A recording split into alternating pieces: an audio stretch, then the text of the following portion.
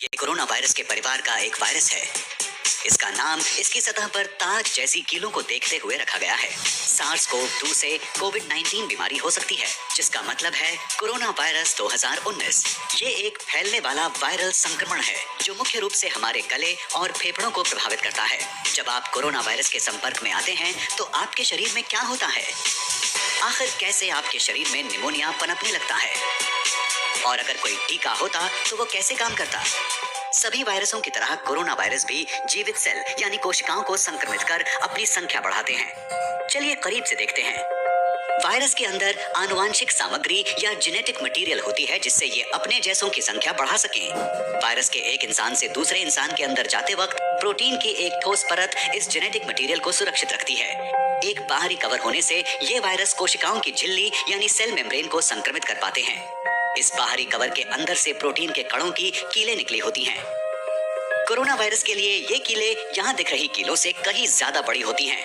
लेकिन किसी आम इन्फ्लुएंजा का वायरस और ये नया वायरस दोनों ही अपनी इन कीलों का इस्तेमाल एक चाबी की तरह करते हैं और आपके शरीर की कोशिकाओं में घुस आते हैं। यहाँ ये शरीर को आंतरिक रूप से प्रभावित करते हुए नए वायरस को बनाने में लग जाते हैं।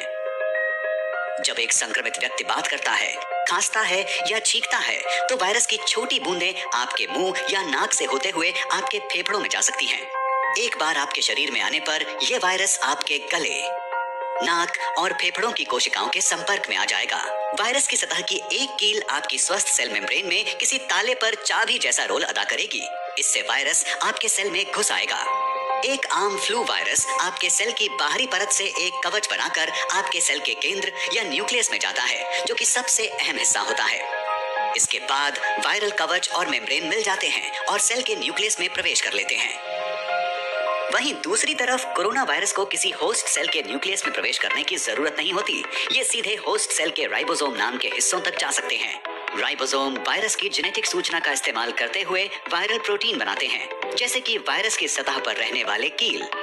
इसके बाद सेल के अंदर मौजूद एक पैकेजिंग आकृति इन कीलों को वेसिकल्स में ले जाती है, जो कि सेल की बाहरी परत यानी मेम्ब्रेन से मिल जाते हैं। वो सभी हिस्से जिनकी जरूरत एक नया वायरस बनाने के लिए होती है, वो आपकी सेल मेम्ब्रेन के ठीक नीचे इकट्ठे हो जाते हैं।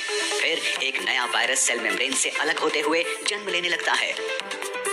अब जब ये वायरस आपके शरीर में फैल रहा होता है तो कैसे आपको निमोनिया के लक्षण महसूस होने लगते हैं?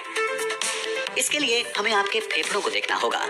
हमारे दोनों फेफड़ों में अलग अलग सेक्शंस होते हैं जिन्हें लोब कहा जा सकता है।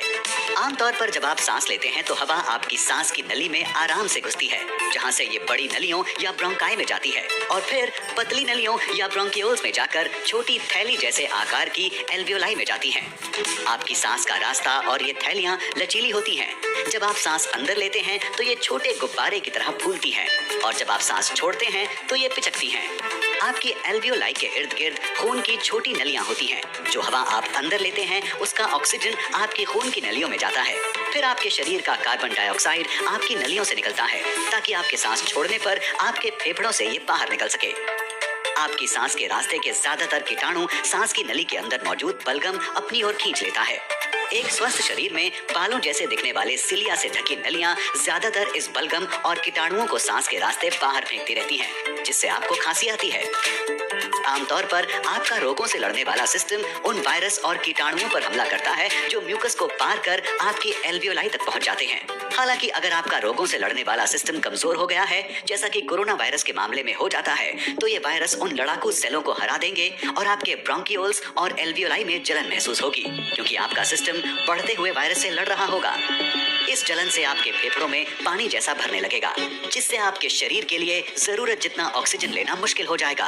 आपको लोबार निमोनिया हो सकता है, जहां आपके फेफड़ों पर लोब का असर होता है, या आपको ब्रोंको निमोनिया हो सकता है, जिससे आपके फेफड़ों के कई हिस्सों पर असर पड़ेगा। निमोनिया से सांस लेने में तकलीफ हो सकती है। सीने में दर्द, खांसी, बुखार, ठंड लगना, सर दर्द, बदन दर्द और थकान जैसे लक्षण हो सकते हैं। इससे और गंभीर समस्याएं भी आ सकती हैं। जब सांस लेने में बहुत ज्यादा परेशानी हो तो सांस न आने का खतरा बढ़ सकता है, जहां आपको वेंटिलेटर नाम की एक मशीन पर निर्भर होना पड़ेगा। ये वो मशीनें हैं जो जानें बचा सकती हैं और इस वक्त इसे बनाने वाली कंपनियां इनका उत्पादन तेजी से बढ़ा रही हैं। आप में ये लक्षण दिखेंगे या नहीं, ये कई बातों पर निर्भर करता है, जैसे कि आपकी उम्र या ये कि आपका स्वास्थ्य पहले से ठीक था या नहीं। जहां ये सब सुनने में डरावना है, वहीं एक सुकून की बात ये भी है कि कोरोना वायरस का टीका बनाने के लिए तेजी से कोशिशें जारी हैं। दूसरे कोरोना वायरस पर शोध से कई जानकार ये मानते हैं कि वो लोग जो SARS-CoV-2 के संक्रमण से ठीक हो चुके हैं, वो दोबारा संक्रमण से सुरक्षित हो सकते हैं। लेकिन ये धारणा बनाने के लिए सबूतों की जरूरत होगी और शोध से ऐसा नहीं दिखाई देता।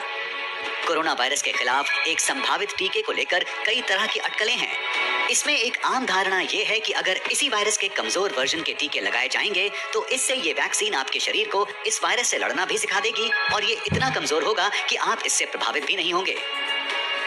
कुछ ही हफ्तों में रोगों से लड़ने वाले आपके सिस्टम में मौजूद सेल एंटीबॉडी बना लेंगे, जो कि कोरोना वायरस या इनके कीलों के आकार वाले प्रोटीन से लड़ने में कारगर होंगे। ये एंटीबॉडी वायरस से जुड़ जाएंगे और वायरस को आपके सेल से जुड़ने नहीं देंगे। आपका इम्यून सिस्टम इसके बाद इन एंटीबॉडी से मिलने वाले सिग्नलों के जरिए वायरस से जीतने लगेगा। इसके बाद अगर आप असल वायरस से संक्रमित हो जाते हैं तो आपका शरीर इसे पहचान लेगा और इसे खत्म कर देगा। दूसरे शब्दों में, आपका इम्यून सिस्टम अब तैयार होगा। अब वैज्ञानिकों को जो वक्त लग रहा है वो इसके सबूत जुटाने में लग रहा है कि ये मुमकिन, सुरक्षित और कारगर होगा या नहीं। इस महामारी के दौर में टीके को बना पाना वक्त के खिलाफ एक दौड़ जैसा है। टीके के विकास की तरफ बढ़ते हर कदम में सालों नहीं तो महीनों का वक्त तो लग ही जाता है। एक इबोला के टीके ने 5 साल में तैयार होकर रिकॉर्ड तोड़े थे। आशा है कि कोरोना वायरस का टीका ये पिछला रिकॉर्ड तोड़ता हुआ 12 से 18 महीनों में तैयार हो जाएगा। इस सब में तो वक्त लगने वाला है, लेकिन अगर संभव हो तो आप घर में रहें और उन्हें बीमारी से दूर रखें जिन्हें खतरा ज्यादा है। और हाँ, कम से कम 20 सेकंड तक अपने हाथों को जितनी बार हो सके धो लिया करें। अगर आप 1 साल तक ऐसा नहीं करते तो क्या होगा? इसके लिए देखें एक और क्या हो अगर।